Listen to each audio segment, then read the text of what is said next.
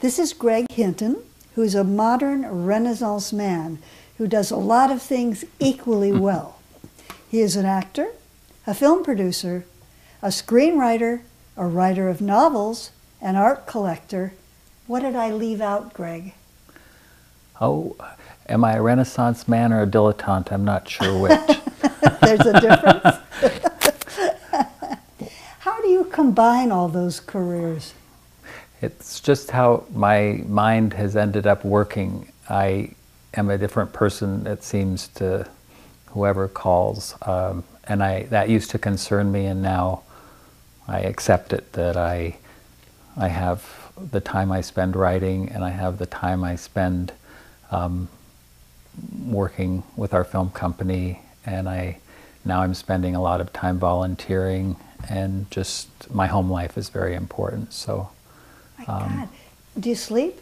yeah, but I get up at 4:30 every morning, and my chief time to do creative things is between that time and, say, 8 o'clock. That's if anybody wants to know how to write a book, that's what you do. Writing a novel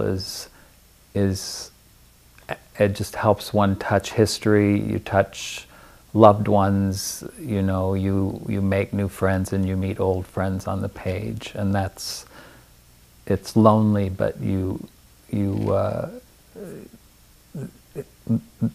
being able to accomplish that after sitting it for 4 hours is just, to feel like you've been with friends is really terrific. Let's talk about your books. I thought 4, but I was told just now by you that it's 3. Well, actually, it is 4, counting Santa Monica Canyon. Well, that's true, with the Santa Monica. All right, the first one in 2001 was Cathedral City. Yes. Now, the second one in 2002 was Desperate Hearts. Mm-hmm. The third in 2003, did the title begin as Boulder Men and then get changed to The Way Things Ought to Be? It had 3 titles. The first was the first was Boulder Men. That was just supposed to be catchy. What I really consider the title to be is King James Version, because my character's name is King James. And my publishing company wouldn't allow that. And so what they put on it, which was not my choice, was The Way Things Ought to Be, which was the title of Rush Limbaugh's bestseller. And I was really incensed that they insisted on the title because of that. Mm-hmm. And that was in 2003, right? Right, so three in a row. The new one that has just come out, right? Yes. Is called Santa Monica Canyon. Right. Which all of us in Los Angeles know very well and love dearly. But you've called it a novella. Now, what is the difference? The others were novels, yes? Right. So a novella is just a short novel? It's a short novel, and actually I would probably call this a short novel rather than a novella. I think it has something to do with the word count, and not to be so specific, but it's about it's a plane ride across the country, or a long afternoon at the beach, is what this book is. I wanted it to be, oddly enough, a short book, in addition to being a good book, but I wanted it to be a short character piece between 2 people. And my other books are ensemble, character-driven pieces, so you've got 6 or 7 main characters, and you're tracing their stories. Now, Santa Monica Canyon has a stunning, stunning painting on the cover, on the dust cover, by Don Bachardy, who is, as we know, and I hope people that see this will know, one of our more famous artists in the Los Angeles area. And how did you get him to say yes? And why are there no photographs or no images in the book? It's only a... Well, as you saw the prototype, which was, I wanted a painting of Don's as a chapter heading, or in front of each chapter, and there are 12 chapters, because they provided their own, although they weren't painted specifically to relate to the prose, they provided their own emotional narrative that echoed what was going on in the book. What Don's great skill is he can grab likeness just like that, but he can also create or recreate your essence. And after sitting for him, I was fascinated. People walk away not necessarily feeling flattered about how they look, but they know he's caught how they are. And I loved that experience. It was breathtaking. And I met him. I was at a book signing in Palm Springs, and it was one of those book signings where it was for Desperate Hearts, and it had been advertised, and not one person came into the store. And there were buyers, but they weren't there to see me, so you're just kind of sitting there, and you've got your little books, and they nervously do a wide circle around you, which is okay, that's funny. But up walked a guy who is Don's agent, and he goes out looking, because Don is working furiously. He sees a new model every day, 7 hours a day, 3 paintings a day. He does acrylic on paper. And so the guy's got to really produce for him. And I had mentioned Isherwood in an article about my work, my admiration for him. And he came up and he said, "Have you ever heard of Don Bachardy?" And I said, "Well, of course, who hasn't?" And he goes, "Well, Don's painting writers," which I think was kind of some flattering thing he was saying. But as a matter of fact, he just painted Annie Proulx, and I'm sure he'd love to paint you too. And I said, "You're kidding." And he goes, "No, I mean, would you be interested?" And so a week later, I was in Santa Monica Canyon, sitting in that famous studio where every great actor, writer, artist from the 50s to present day has sat. And I couldn't believe the spot I found myself in. It was truly, because I'd written a book, I got to do that. And his book, Drawings of the Male Nude, I saw, that wonderful architecture store, art and architecture store down on Ventura Boulevard, It Might Be Gone. I saw that probably 15 years ago, or it came out in 85-ish, I guess. And it was very expensive and I couldn't afford it. And I thought it was so beautiful. And there I was, sitting in the same place. So one of my main characters, the artist in Santa Monica Canyon, is a fictional model out of that book. Well, I was going to say, what influence did Don Bachardy have on the book? Well, I always loved Santa Monica Canyon, and I knew about its history before. I love Will Rogers Beach, which is below. But Don, people who've not had the privilege of sitting for their portrait, I mean, usually in days of old, it was only a wealthy person who got to sit for a painting. But if you think about it, when is the last time somebody studied you intently for 7 hours with no noise except the sound of a pencil or a brush on paper? That no sound, just the two of you sitting. And I was warned that the session would be long, but I didn't realize how peaceful it would be, and extremely meditative. It was such an honor. And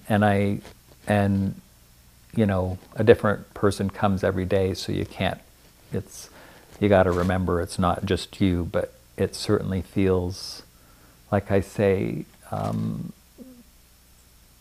it felt I gained such an identity from that experience. And then he asked me back 2 more times, which was very flattering. he did 3 paintings, so you'd break like every 2.5 hours, if that adds up to 7. And he would pose you. I make a point of it in the book. He would pose you in the more difficult position, like if I sat here like this and didn't move. He'd give you the more rigorous position in the beginning, and then he would tell you, he would start with your face or however, and then he'd tell you when you could close your eyes and you could sleep, but you would run the risk of your mouth falling open and drooling or whatever. Your head. But he'd pose me, and I think he does this with everyone, sitting and then maybe reclining a little, and then, you know, sleeping curled up, and then you just fall asleep. So what an amazing experience. Yeah, he was, again, the ground rules, which were explained by his agent, was just very, very brief chat. And on occasion he would ask a question, but he's a very shy man. He doesn't like to make eye contact until he's working, and I'm a shy person, and people have laughed about the idea of the two of us spending any time together, because it was like we'd both be up against the wall. But it ended up being, as I say, such a lovely experience that he felt comfortable enough that he wanted me back, because I gave him a lot of emotion. It's an emotional, it's cathartic. You feel joy, you feel sadness, there are times you cry. And he doesn't ask, and he doesn't stop the work, but it's like dying. Amazing. Your life is flashing before your eyes, or whatever issue you have and up. this is all done without conversation. That's Without, what's so... Yeah, conversation would kill it. Ha. And he doesn't, again, the ability, his best paintings and drawings, and I think that his drawings can hold up against anyone's. His best, his finest graphite drawings are killers, and the amount of precision and emotion that he manages is just, it's phenomenal. He never corrects a painting when he's completed one. What happens is what happens. Does he ever destroy? No. He has a wonderful story. He painted Mapplethorpe. And Robert Mapplethorpe, right, yeah. Right. And he says he completed what he thought was an absolute masterpiece, and his brush dripped right down by the side of his face, and Mapplethorpe loved it, but it was, and he just doesn't, and he left it as it was, but he doesn't touch the paintings out. Retouch, yeah. Right. And what he also does is he asks that you sign the painting and date it. He doesn't sign his own work. Oh, that's curious. Your name and the date. And he doesn't put Bacardi on the back or anything? He did in his earlier work, I noticed, but he adopted this. How curious. So yeah, you sign it, and it's on you, you know. So interesting. I would think you'd both sign it, you know, which would no, he signs it, or rather, the sitter signs interesting. them. You said earlier, you mentioned very fleetingly that Santa Monica Canyon had a history. What is that history? Well, the history, Santa Monica Canyon is, for people who don't know, it's a very beautiful canyon that pours down from the Palisade of, I guess, Ocean Drive, down into a stream-fed canyon that then pours into the Pacific Ocean. And it is, so it's a well, if you will, tree-lined, very beautiful. It's been there forever, obviously, and it's very temperate. And Europeans loved it when they came. It was like they couldn't, so it attracted people from the silent film industry, and it attracted artists and writers because it was inexpensive to live there, and they always had the ocean. There was the Muscle Beach thing that was going on, you know, down at Will Rogers, and Christopher Isherwood arrived there kind of in the late 30s, and he attracted a great number of writers and artists who also came. So it's been the home to a lot of really great artists, including Sam Francis and Richard Diebenkorn and Mulligans. the Mulligans, Yeah, and Lee Mulligan. and the Eames. Oh, I didn't know the Yeah, Eames lived there. the Eames. And then remember you had David Hockney coming through the door. And an interesting thing that Don told me that I didn't know is that David, I don't know him to call him David, but that he didn't start portraiture until after he sat for a portrait by Don in 1965. That was soon after he came here, right? Yeah, that was something that that he started after, you know, after he sat for Don.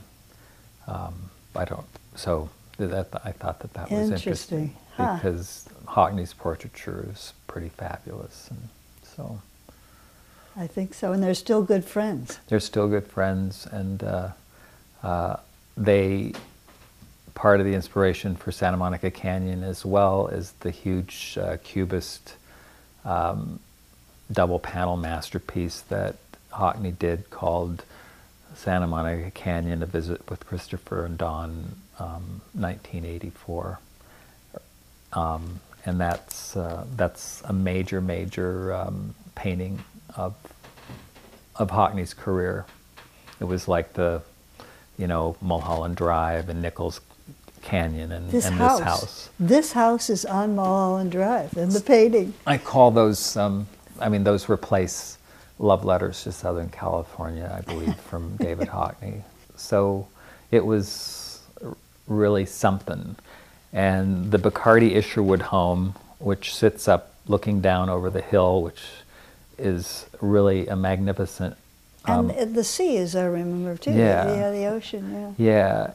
Yeah, was the location for the most famous sought-after salons of the 60s and 70s and 80s until Chris died. Everyone wanted to go there. They made being gay. Chic. Oh, it was acceptable. It was very, very chic to get to go there, and even.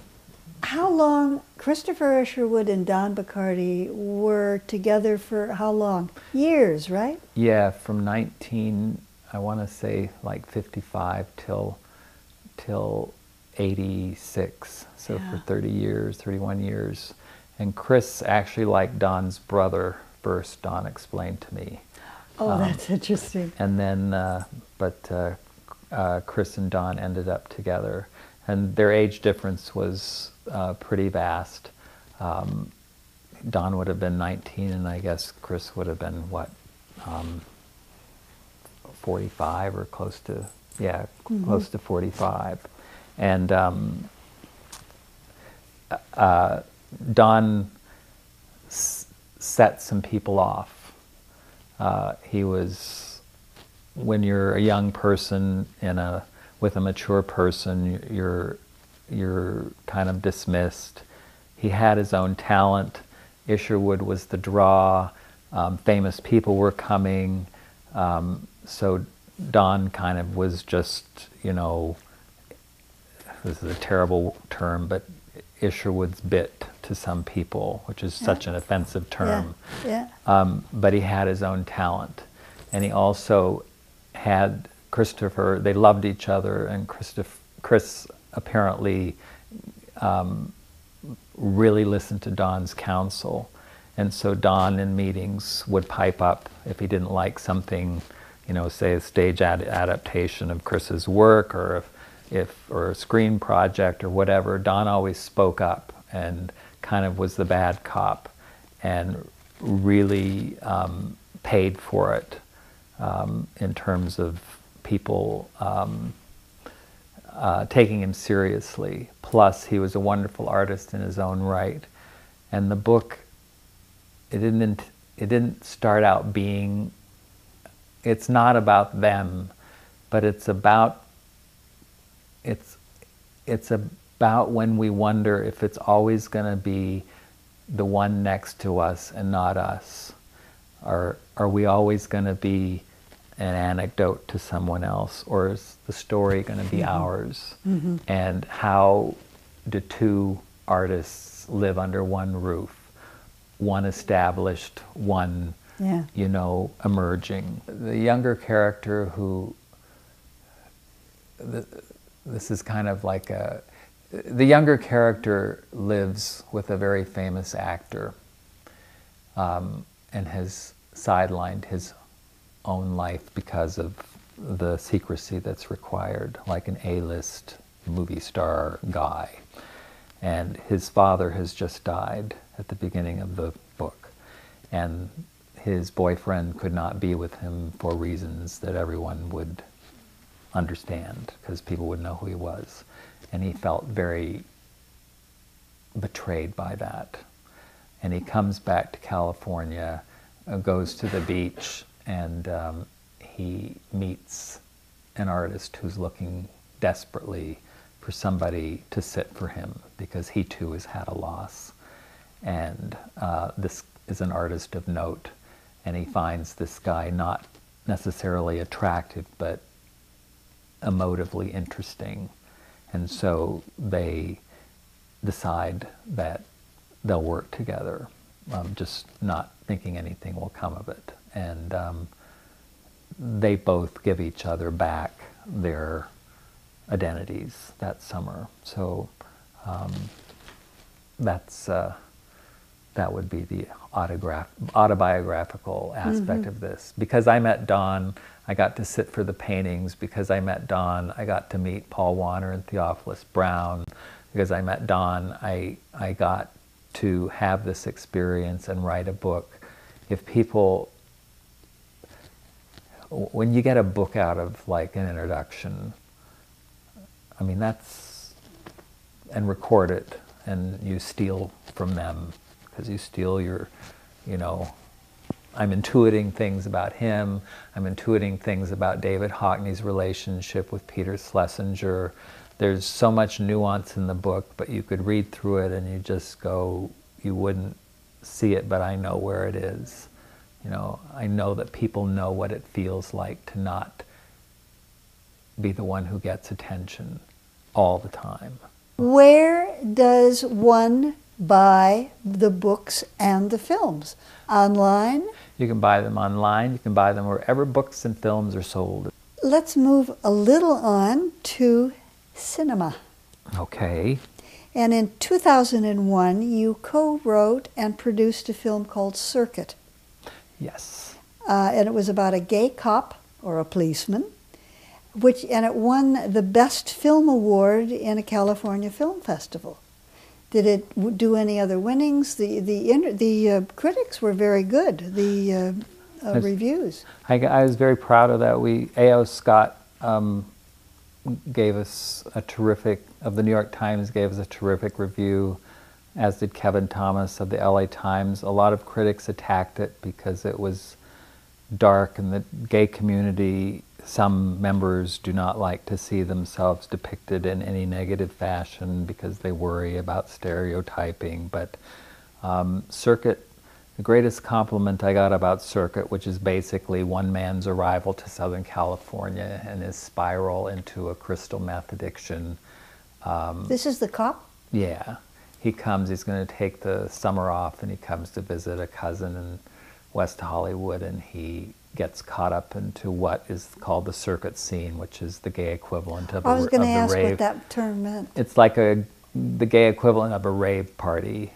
And they started out as AIDS fundraisers like the White Party in New York, well, the White Party in Palm Springs, and different parties with different colors all over the country, and they were AIDS fundraisers. But what happened is that they became kind of really charged with a lot of drug activity, you know, drugs and sex, rock and roll, the whole thing.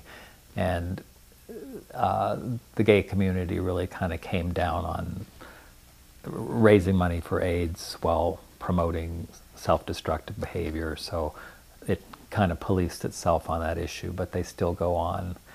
And but no, we got really trashed by a lot of critics. There's also the notion of this is a party where beauty and youth are premium, and you don't get to go to the party unless you have those qualities, and wealth, and they're generally wealthy white men who attend them. So there was this whole thing about them that was left many people feeling left out.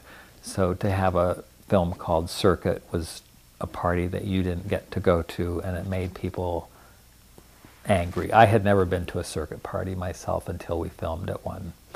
And the thing I'm most proud of is when I asked for producer credit on Circuit, I hadn't met the company that was financing it, because I'd written it and I'd had producer credits before. And he said, "I'm not letting some 21-year-old twink be a producer of this movie." He didn't know that I was 45, and you know, so I thought I did a pretty good job. You weren't a young punk kid. No, portraying the life. If I didn't really, I interviewed a lot of. That's right. Actually, Circuit is based on a very close friend of mine who nearly lost his life to that life. What other films have you produced? I was executive producer on Randall Kleiser's film "It's My Party," which we did in 1995, and that was based on a true story of a dear friend of mine and Randall's companion who had AIDS, and when he got a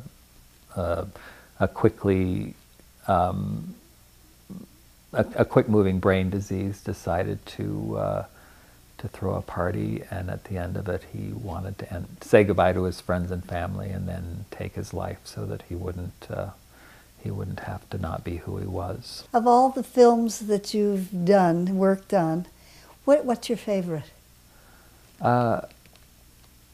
Well, the one that I still want to do, can I say that?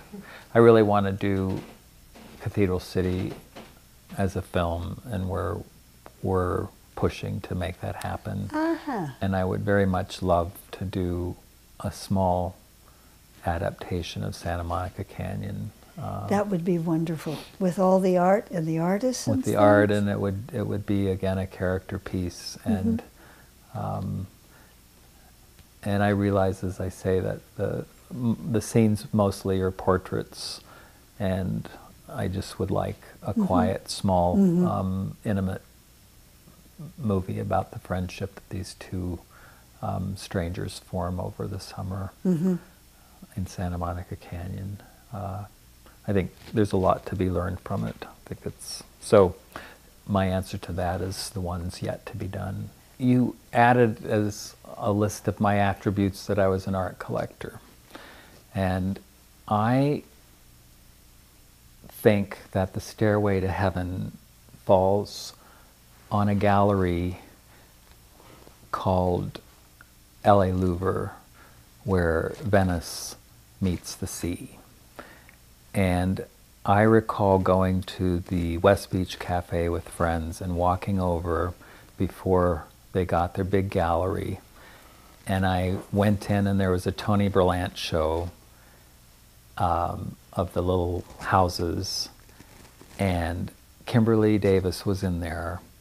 And she was talking to a woman whose back was turned. And this space was very tiny.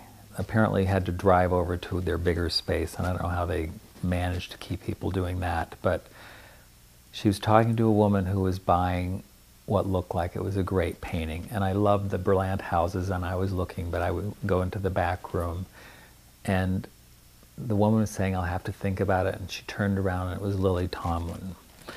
And Kimberly, I think, is just the best, I've told you this, but the best art dealer in town. She knew that I was in no position to be buying a little $4,000 Tony Berlant house, but each person she met or meets that I've observed, she educates them and probably hones her craft as she's explaining it. But she took such care of me that I remember going back when I was in a position to buy, and I bought from her, and that took years. And I bought a John McCracken plank, and I got into this mode where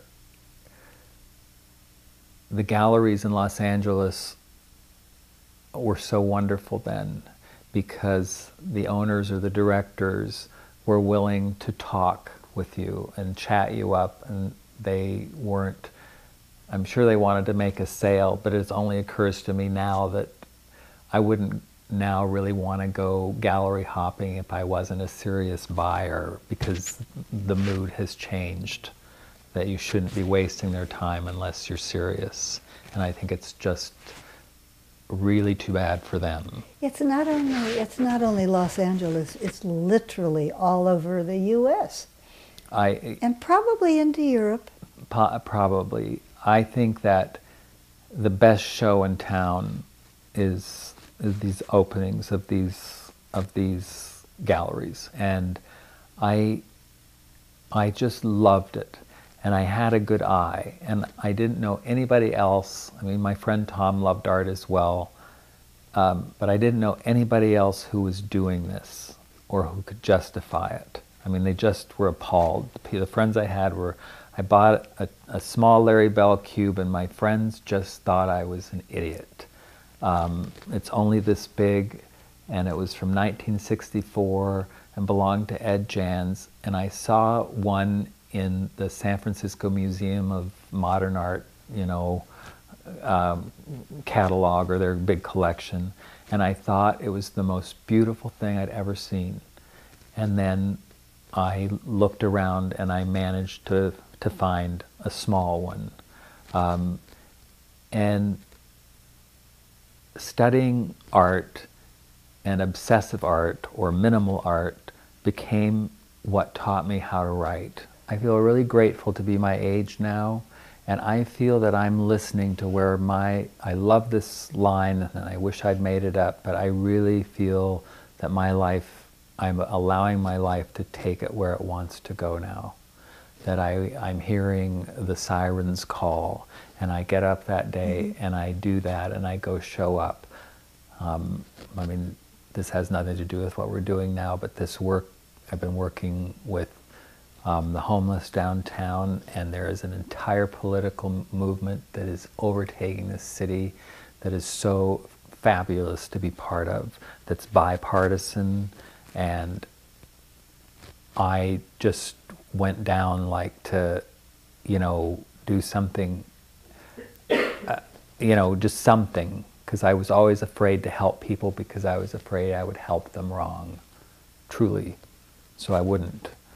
And I went down and I just got caught up in the momentum downtown, and now it's amazing what I'm learning and what I'm doing. So I just feel like my life is now, it's out of control, but I'm trusting the ride. I never thought I'd believe it with my hair gone and my waist gone and all of this. I'm so happy to be the age I'm at, because I believe now is the time, because now is the time to really self-determine that I've reached an age where it's appropriate to do it.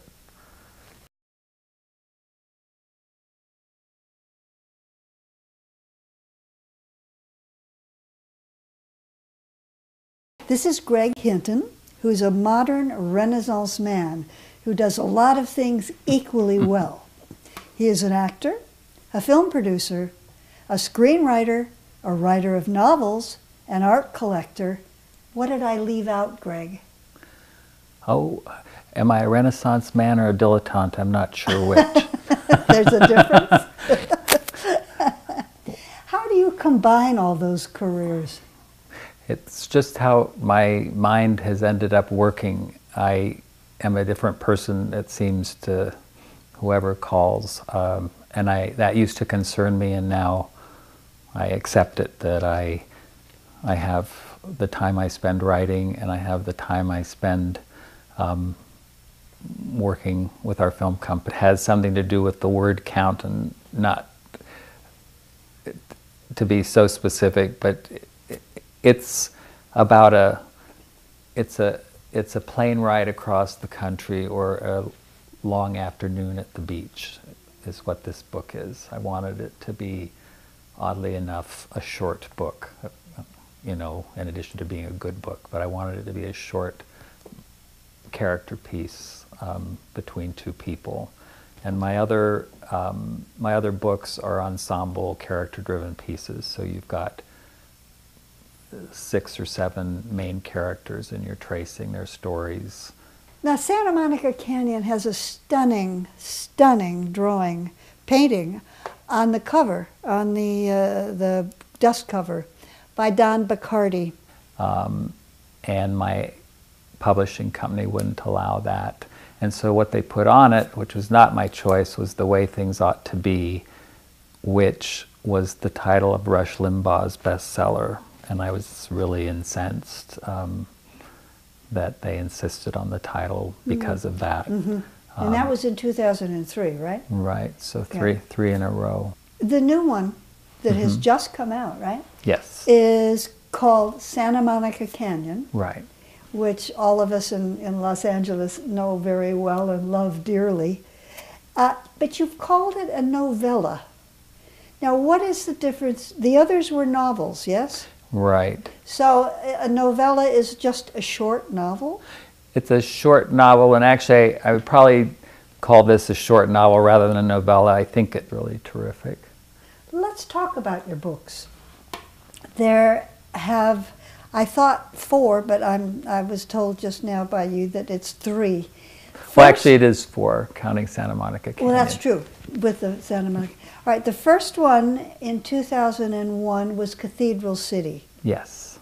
Now, the second one in 2002 was Desperate Hearts. Mm-hmm. The third in 2003, did it begin, the title begin as Boulder Men and then get changed to The Way Things Ought to Be? It had 3 titles. The first was the first was Boulder Men. That was just supposed to be catchy. What I really consider the title to be is King James Version, because my character's name is King James. And now I'm spending a lot of time volunteering, and just my home life is very important. So, My God. Do you sleep? yeah, but I get up at 4:30 every morning, and my chief time to do creative things is between that time and, say, 8 o'clock. That's if anybody wants to know how to write a book, that's what you do. Writing a novel it just helps one touch history. You touch loved ones. You make new friends, and you meet old friends on the page, and it's lonely, but being able to accomplish that after sitting it for 4 hours is just to feel like you've been with friends is